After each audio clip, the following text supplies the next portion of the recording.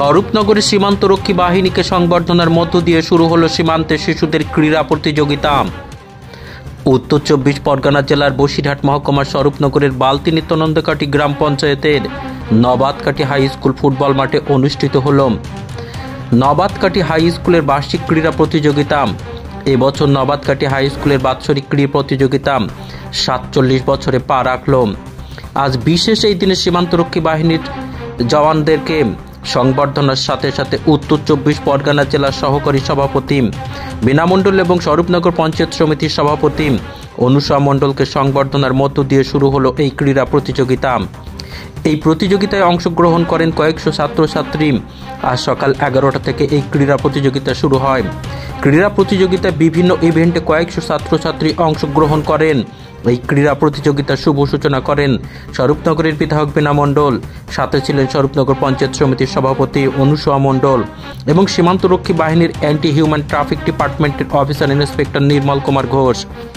প্রতি বছরের ন্যায় এবছরও নবাদকাটি বিদ্যাপীঠের পক্ষ থেকে এই বার্ষিক ক্রীড়া প্রতিযোগিতার আয়োজন করা হয়েছে। আমি তাই প্রতিটা ছাত্রছাত্রীকে বলতে চাই যে খেলাধুলা প্রত্যেকেরই প্রয়োজন। শরীর ঠিক রাখার জন্য শরীর চর্চা করা অবশ্যই দরকার।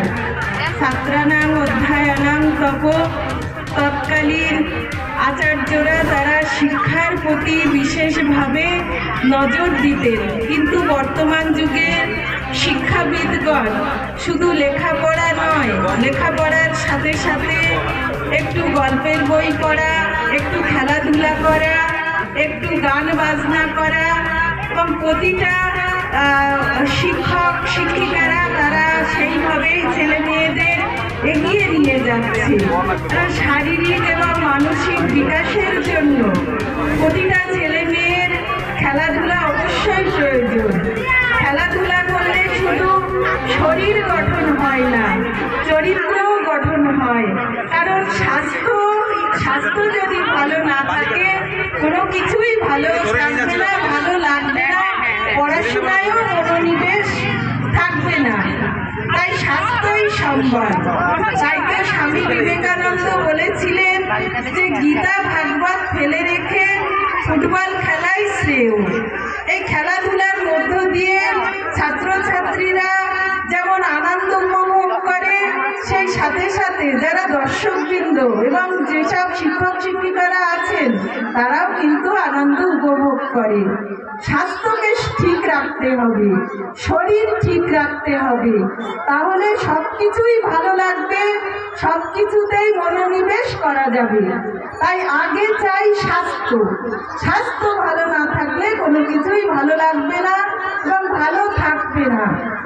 তাই আমি এই আমাদের নবাদকাটি বিদ্যাপীঠে প্রতিটা শিক্ষক শিক্ষিকাকে বলবো যে আপনারা যেভাবে প্রতি বছর এই বার্ষিক ক্রীড়া প্রতিযোগিতার মধ্য দিয়ে ছেলে মেয়েদের এগিয়ে নিয়ে যাচ্ছেন, সেই সাথে সাথে লেখাপড়ার দিকেও আপনাদের একটু নজর রাখতে হবে।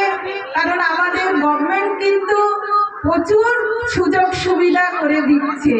আপনারাই কিন্তু মূল কারিগর, আপনারাই সমাজটাকে এগিয়ে নিয়ে যেতে পারবেন। আপনাদের উপরেই কিন্তু ছেলে মেয়েরা দিনের অধিকাংশ সময় নির্ভরশীল।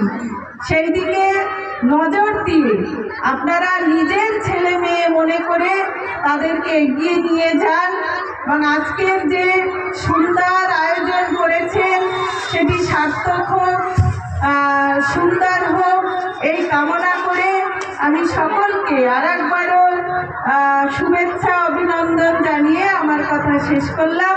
নমস্কার।